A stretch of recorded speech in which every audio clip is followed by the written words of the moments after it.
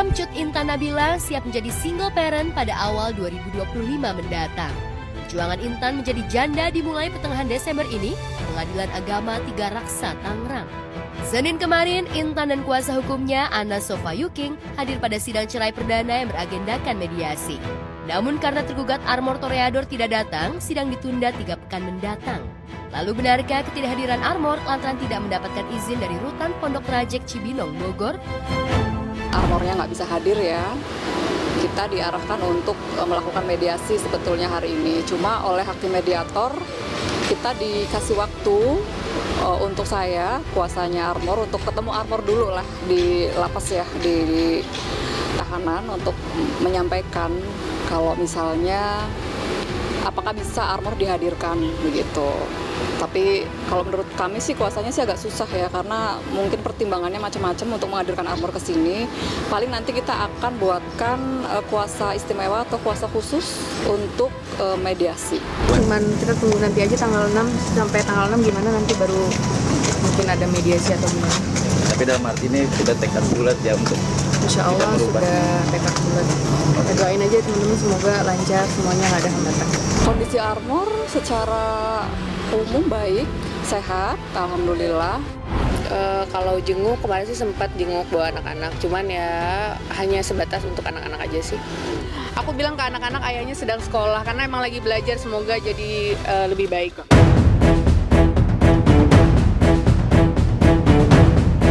Tengah ditahan akibat kasus KDRT menjeratnya, Armor mengaku masih sayang pada Intan dan ketiga buah hatinya.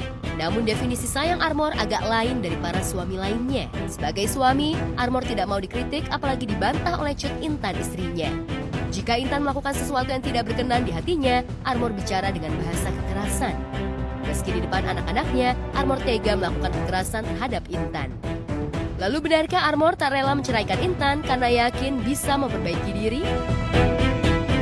Respon Armor ya menyayangkan adanya gugatan, cuma Armor juga mempersilahkan Intan untuk melakukan gugatan. Intinya tidak akan mempersulit kalau memang Intan bulat tekadnya untuk berpisah dari Armor. Kalau trauma pasti, cuman nggak terlalu aku pikirin, emang nggak mau diingat-ingat.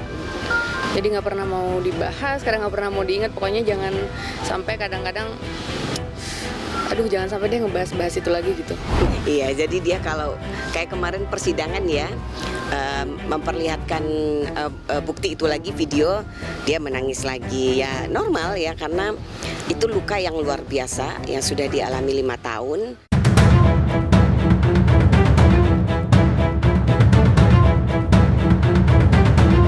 Pengadilan Negeri Cibinong, kasus KDRT menahbiskan Armor sebagai terdakwa juga masih bergulir. Intan dan ART-nya serta sejumlah saksi sudah memberikan kesaksian yang memberatkan Armor di depan majelis hakim. Armor yang dijerat pasal berlapis meliputi pasal penghapusan KDRT, penganiayaan dan pasal pelindungan terhadap anak ini terancam hukuman 10 tahun penjara. Sementara Intan yang masih menjalani konseling dengan psikolog pasca trauma menjadi selebgram si paling terkenal 2024 karena kecantikan dan kasus KDRT yang dialaminya. 2024 ya kayaknya kalau buat hidup aku nggak enak banget sih. Berat ya. Banyak ujiannya, nggak terduga juga. Cuman ya aku jalanin aja lah sebisa mungkin. Doain aja ya, insya Allah mudah-mudahan banyak hal-hal baik datang di tahun depan. Semoga tahun ini kan insya Allah di Januari sudah putus, yang pidananya juga sudah putus, insya Allah juga perceraiannya sudah putus. Targetnya yang penting pengen bahagia aja sih, bahagia sama anak-anak. Doain aja semoga semua yang ingin aku impikan juga tercapai nanti.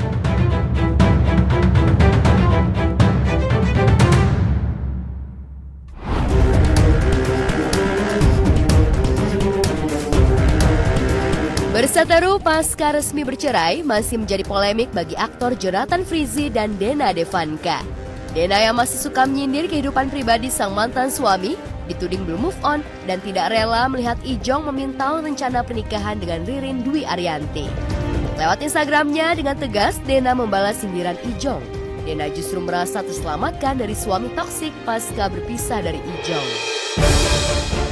Sebelum resmi bercerai dari Dena pada 25 Februari 2022, Ijong memang memutuskan pisah rumah dari wanita yang telah memberikannya 3 anak itu. Meski demikian, Ijong mengaku tak pernah mengabaikan putusan Pengadilan Agama Jakarta Selatan yang mewajibkannya memberikan nafkah bulanan untuk ketiga buah hatinya. Ijong juga selalu membayar asuransi kesehatan untuk anak-anaknya. Itu sebabnya, ketika Dena menyindir dirinya tidak membiayai pengobatan ketiga anaknya yang sakit berbarengan, Ijong murka besar.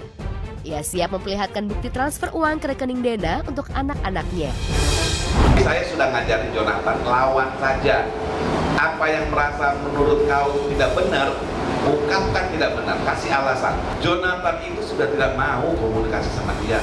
Kan Jonathan itu membayar asuransi setiap bulan untuk 3 anaknya.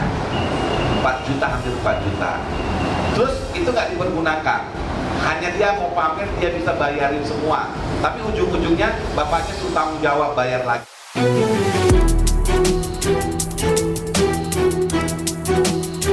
Jika Ijong kembali disentil Dena, seperti biasa, Benny Simanjuntak paman Ijong siap pasang badan membela keponakan kesayangannya itu.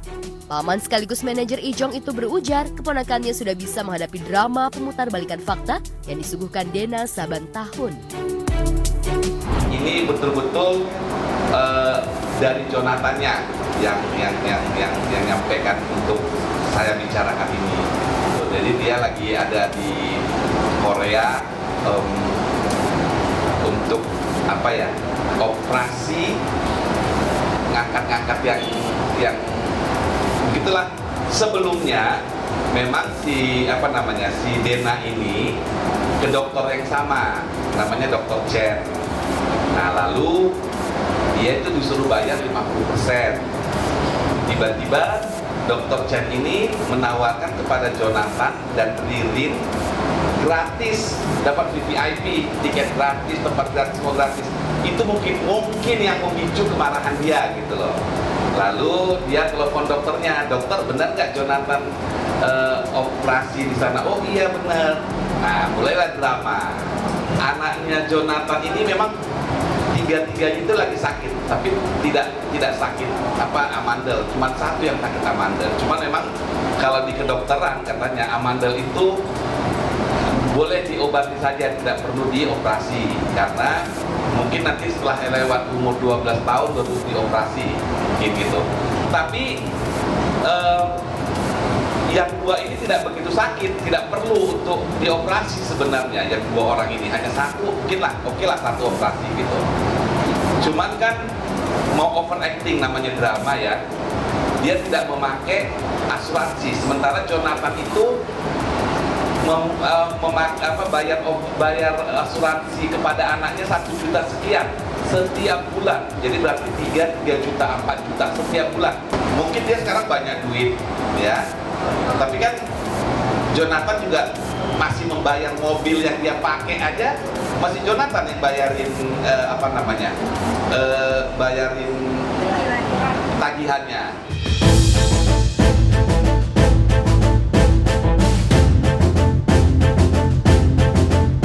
Sejak keponakannya pacaran, menikah hingga menjalani rumah tangga dengan Dena, Om Benny memang antipati terhadap Dena.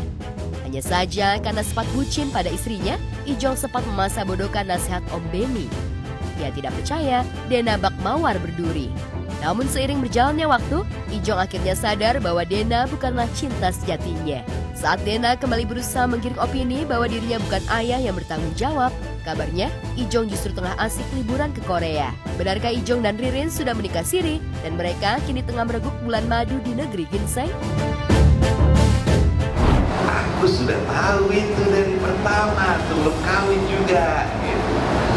Ya itu urusan Jonathan lah, dia punya bukti. Saya kan selama dia kawin 9 tahun saya nggak pernah berhubungan sama mereka. Saya itu dianggap bukan keluarga Jonathan gitu. Padahal saya sekarang ini saya orang tuanya. Kan abang saya sudah meninggal, mamanya sudah meninggal, ya saya orang tuanya. Jadi Jonathan itu sudah tidak mau ketemu dia, titik itu aja. Kalau memang anaknya mau dikasih ke Jonathan, siapapun yang jemput dikasih aja. Kenapa emang? Kenapa mesti Jonathan biar lihat muka-muka gitu? Hah? Gak cukup ya di TV, dia tiap hari Jonathan di TV, ngapain mesti lihat muka-muka? Jadi kalau mau sekarang Jonathan mau ngambil anaknya, dikirimlah siapa, si A, si B, si C. Kenapa emang? Tantenya, omnya, ya biar aja.